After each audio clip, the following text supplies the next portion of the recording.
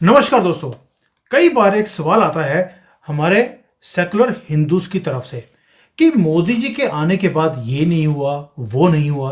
तो मैंने बोला आपको आज थोड़ा सा बता दें कि क्या कुछ हो चुका है जिसके बारे में वो बोलते ही नहीं हैं।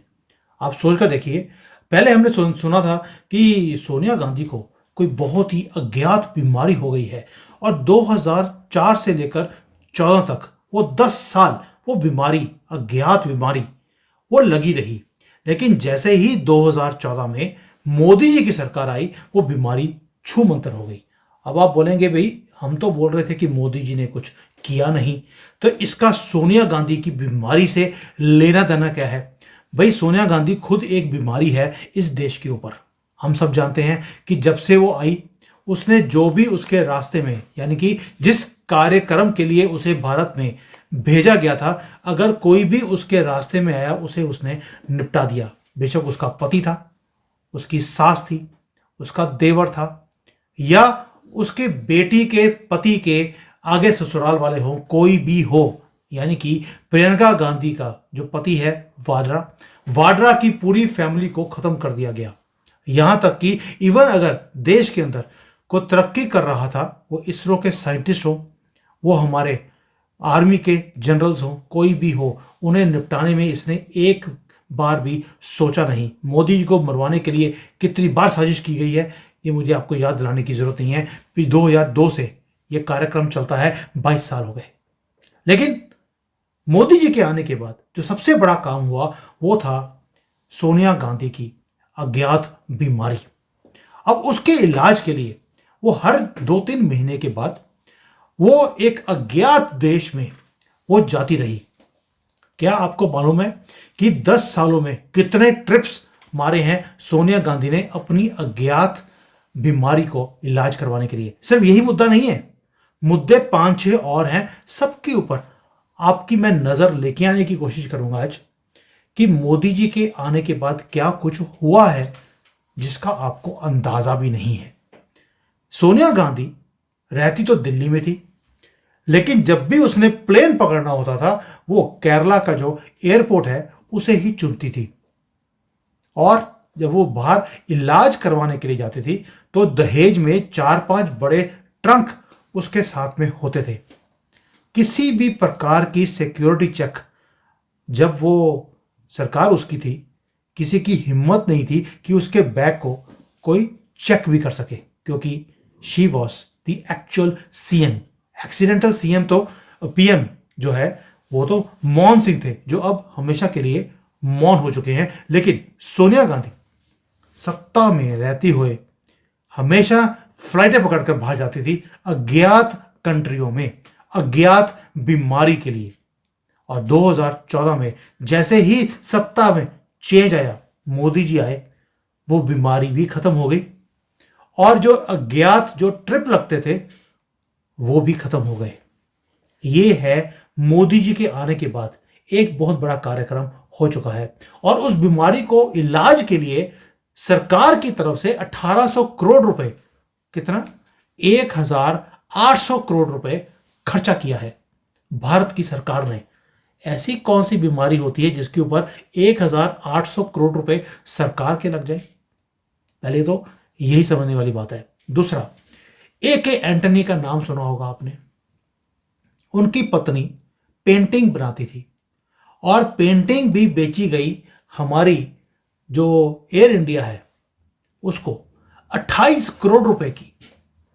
और जब भी मोदी जी आए उसके बाद ना तो कोई पेंटिंग बनी, ना ही कभी कोई उन्होंने पेंटिंग को बेचने की कोई पेशकश रखी।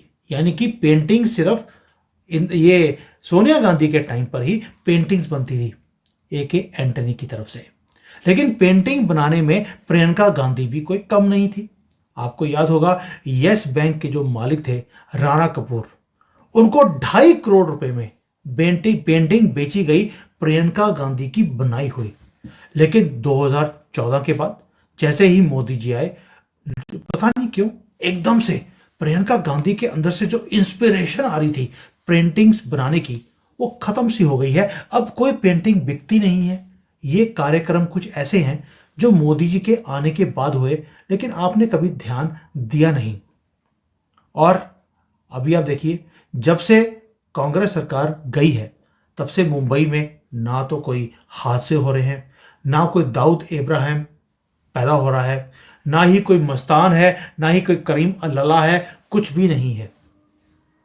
सब चुप हैं। ये हुआ है मोदी जी के आने के बाद। और जो सेकुलर हिंदूज हैं, जो बोलते हैं कि मोदी जी के आने के बाद क्या हुआ, फर्क तो कोई पड़ा नहीं, तो ये कुछ मुद्दे थे जो आपको मैं याद दिला दूं। अब आते हैं कि जब से हरियाणा में कांग्रेस की सरकार चली गई, तब से आपने रॉबर्ट वाड्रा को वहां जाते हुए नहीं देखा, ना ही वहां पर कोई नई जमीन हड़पी है या खरीदी है। 2004 से 14 तक इस आदमी ने कितनी जमीन अपने कब्जे में कर ली, इसका अंदाजा है आपको। केस चल रहे हैं सुप्रीम कोर्ट में भी। इतनी हिम्मत नहीं है कि ये देश के जीजा जी के खिलाफ कोई डेट भी दे दे, और उसके बाद सुनवाई पर सुनवाई होती जा रही है, सबूत सामने है, लेकिन कार्रवाई नहीं है। बट मोदी जी के आने के बाद एटलीस्ट एक काम हो गया कि वाड्रा ने जमीन हड़पनी बंद कर दी। अब जमीन हड़पने से साथ साथ आपको मालूम है कि यहां पर टैक्स की चोरी भी बड़ी होती थी। पी चिदम्बरम, उन्होंने 30-40 करोड़ रुपए की तो अपने गमलों में, जो बैल्कनी होती है घर की, उसके अंदर जो गमले थे, गमलों में 6 करोड़ की गोभी उगा ली।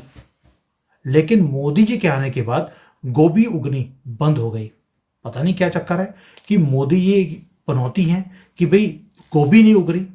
और यहीं तक नहीं है दोस्तों, इवन सुप्रिया सुले 10 एकड़ जमीन में 670 करोड़ रुपए की फसल उगाई थी उन्होंने, लेकिन मोदी जी के आने के बाद उनकी फसल को भी जैसे कीड़े लगे हों। 670 करोड़ रुपए की फसल 10 एकड़ जमीन में सुप्रिया सुले की सूख कर खत्म हो गई है। और साथ में एक काम और भी है। अब यूपी ले लेते हैं। पंजाब में हम यूपी को बोलते थे उत्तर प्रदेश। जो पंजाब से आते होंगे वो मेरी बात से वो सहमत होंगे कि मैं क्या बोल रहा हूं। और जब से योगी जी वहां पर सीएम बने हैं, वहां पर ना तो कोई अतीक अहमद पैदा हो रहा है, ना आजम खान पैदा हो रहा है, ना मुख्तियार अंसारी जैसे बाहुबली जो होते हैं वो पैदा ही नहीं हो रहे, जो पैदा हुए थे पहले कांग्रेस के टाइम पर, सपा के टाइम पर। सब ऊपर पहुंच गए हैं जहां उनकी फाइनल डेस्टिनी शुरू होती है। ये सारे काम वो है जो मोदी जी के आने के बाद शुरू हुए। और आप बोलते हैं कि मोदी के आने के बाद हुआ क्या? यही नहीं दोस्तों, इवन की जो आपको याद होगा यूपी की सुप्रीमो मायावती, उसका जब जन्मदिन होता था क्या फैन फेयर होता था। हीरे के जवाहरात उसको दिए जाते थे, उसको सोने के साथ तोला जाता था, नोटों के तो हाथ डलते थे और सोने के ताज, चांदी के ताज उसको पहनाए जाते थे। मोदी जी के आने के बाद आपने कभी सुना है कि उसको 1 रुपया भी कोई देने गया हो, कोई फूलों का कोई गुलदस्ता ही देने गया हो? ऐसा क्या चक्कर है कि बसपा जो है वो बिल्कुल जीरो हो गई मोदी और योगी के आने के बाद। और ये सारा जो सारे तोहफे आ रहे थे, जब उसने डिक्लेयर भी किया तो अरबों रुपए के तो तोहफे डिक्लेयर कर दिए कि ये मुझे लोगों ने भेंट करी है, मेरी तो कोई इसमें है ही नहीं। और यहीं तक नहीं, आप ही का अखिलेश, आपको याद होगा सफाई जो महोत्सव होते हैं वो मनाता था। वो बॉलीवुड से बड़े बड़े स्टार जो है वो सफाई महोत्सव में आते थे, अखिलेश के सामने नाचते थे। आजकल वो सफाई महोत्सव होना ही बंद हो गया। क्यों? क्योंकि योगी जी ने आकर अपने जो मठ है वहां पर शोभा यात्रा निकालनी शुरू कर दी कि अगर आपको सफाई महोत्सव करना है तो हम भी प्रयागराज में बड़े महोत्सव करेंगे। उसके बाद से ये सारे महोत्सव होने बंद हो गए और अखिलेश यादव बात भी नहीं करते इन महोत्सव की। अब ये तो वो मुद्दे हैं जो आपके नजर में लाकर आने जरूरी थे, क्योंकि आप जल्दी भूल जाते हैं। लेकिन कुछ मुद्दे हैं जो मैं मानता हूं कि मोदी जी के आने के बाद नहीं हुए। वो ये कि हम 11वीं से 5वीं पे तो आ गए, अर्थव्यवस्था में 3री पे आने में तेल निकल रहा है हमारा। जबकि रशिया से तेल लेकर हमने दुनिया का तेल निकाल दिया, लेकिन हम फोर्थ या थर्ड नंबर पर जो अर्थव्यवस्था है उस पे आने में अभी देर लग रही है। जबकि मेरा अपना अनुमान था कि 2024 में जैसे हमने उड़ान पकड़ी है वैसे ही हम 2024 के एंड में नहीं तो 25 के शुरू में हम फोर्थ लार्जेस्ट इकॉनमी बन जाएंगे, बट नहीं हुआ। यस, मैं मानता हूं 11वें से हम 5वें पे आ गए, लेकिन 5वें से थर्ड पर अब तक नहीं आए हैं। एक काम और है जो हमने नहीं किया, वो ये है कि हमने राम का मंदिर तो बना दिया, लेकिन राम को टेंट में रखने वालों को अभी तक अंदर नहीं किया है। 10 साल निकाल दिए, ये काम हो जाना चाहिए था, नहीं हुआ है। साथ में जो उनका वोट बैंक है, वही मलेच्छ, वही जो बांग्लादेश और ये सारी जगह से आते हैं, इनको हमने पकड़कर बाहर नहीं निकाला। एंड जो ये यूसीसी है वो इम्प्लीमेंट नहीं किया। जो पॉपुलेशन कंट्रोल है उसको बिल को हम नहीं लेकर आए, ये होने चाहिए थे, ये नहीं हुए, मैं मानता हूं। बट मोदी जी हैं, उनको लगता है कि भाई राइट टाइम पर राइट टाइम किया, ये ज़्यादा ज़रूरी होता है। जो मैंने बाकी के सारे आपको बताई चीज़ें ये हो गई हैं, लेकिन वेस्ट बंगाल को हमने ठीक नहीं किया।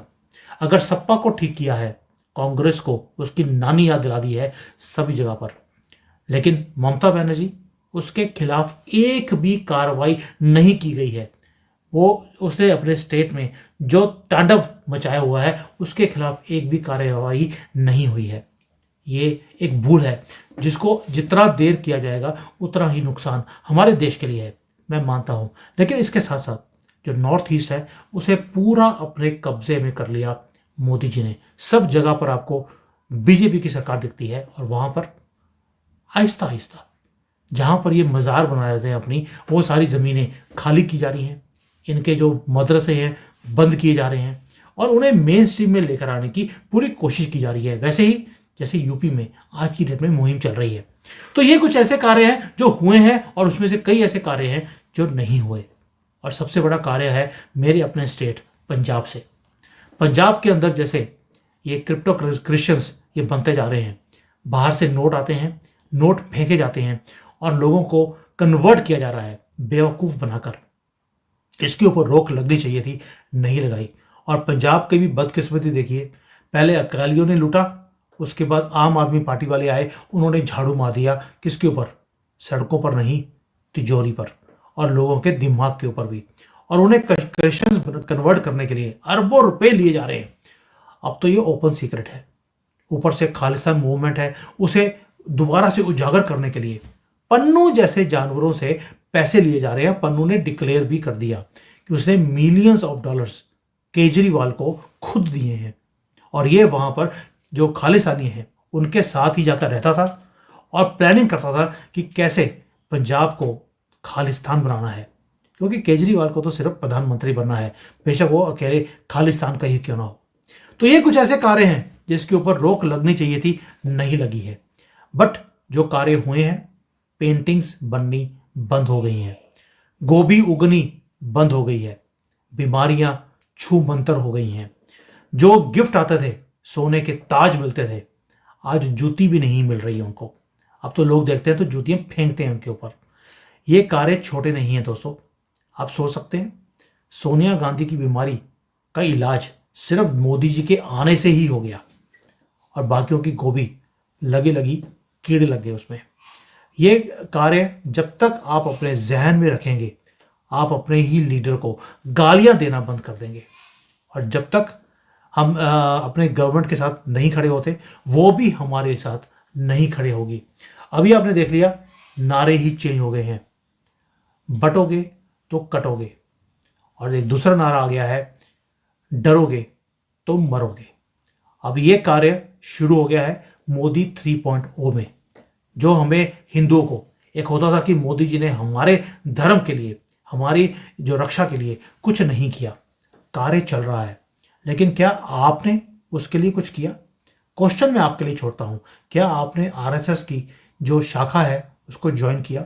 कभी आप आरएसएस की जो शाखा में कभी गए, आपने आपको रजिस्टर किया? क्या वहां पर कुछ कंट्रीब्यूशन किया? भाई क्रिश्चियंस अपनी कम्युनिटी के को इंक्रीज करने के लिए, सेफ्टी के लिए वो वहां पर पैसे डोनेट करते हैं। मुसलमान अपनी इनकम का कुछ परसेंटेज हमेशा वो मदरसों में और मस्जिदों में डोनेट करता है। आप सिर्फ मंदिर जाते हैं, 10 रुपये चढ़ाकर बोलते हैं 1 करोड़ रुपए की लॉटरी निकाल दो, दैट्स इट। लेकिन जो आपकी प्रोटेक्शन के लिए बजरंग दल है, आरएसएस है, शाखाएं बनाते हैं, हम कभी जाते ही नहीं। लेकिन हम चाहते ये हैं कि आरएसएस वाले हमारे लिए अपनी जान दे दें, लेकिन हम 1 रुपया भी उनको डोनेट नहीं करेंगे। वो मांगते नहीं है। मैं कोई एडवोकेट नहीं कर रहा हूं कि आप आरएसएस के जाकर डोनेशन दीजिए। इतना बोल रहा हूं कि एटलीस्ट शाखा को ज्वाइन कीजिए, उनका हौसला बढ़ाइए, ताकि वो कल को अगर आप दिक्कत में हो दे कम टू सेव यू। लेकिन कई लोग बोलते हैं वो आरएसएस तो सुनती नहीं है। क्या आप मेंबर हैं उनके? क्या आपने कभी उनकी मैगजीन खरीदी है? 1000 रुपये लेते हैं वो साल के, और आपके हर एक हफ्ते 2 हफ्ते में आपके घर में मैगजीन आती है, पूरी इंफॉर्मेशन आती है, कौन सी गवर्नमेंट स्कीम्स चल रही हैं, कहाँ पे आप पैसा बना सकते हैं, कौन से कार्य वो उन्होंने किए हैं, कहाँ पर वॉलंटियर्स चाहिए। आपको इंफॉर्मेशन ही नहीं है कि हमारी ऑर्गेनाइजेशन क्या कुछ कर रही है। लेकिन आपको हर चीज़ फ्री में भी चाहिए, और आपको वो अपनी जान भी आपके लिए दे दे, वो भी फ्रीली, क्योंकि आप हिंदू हैं। ऐसे नहीं चलता दोस्तों। जब तक आप ये सारी बातें जो मैंने बताई आपको अपने दिमाग में बिठा नहीं लेंगे कि मोदी के आने के बाद इन सब की दुकानदारी कैसे बंद हुई है, बीमारियां कैसे छू मंतर हो गई हैं, और जो कार्य नहीं हुए हैं, गारंटी दे रहा हूं आपको, ये कार्य अब 2025 में आपको होते हुए दिखाई देंगे। कभी सोचा था कि संभल में आपका इतना प्राचीन मंदिर आपको मिल जाएगा? खुदाई शुरू हो जाएगी, और खुदाई भी कर कौन रहा है? वही बंदर वाली टोपी वाले। तो ये एक एक करके काम हो रहे हैं। सिर्फ आपकी एक चीज की जरूरत है, जो मुझे लगता है हम सबको करनी चाहिए। Let us start supporting our government and our organisations, तभी वो हमारे लिए भी कार्य करेंगे। Thank you. जय हिंद, जय सिया राम।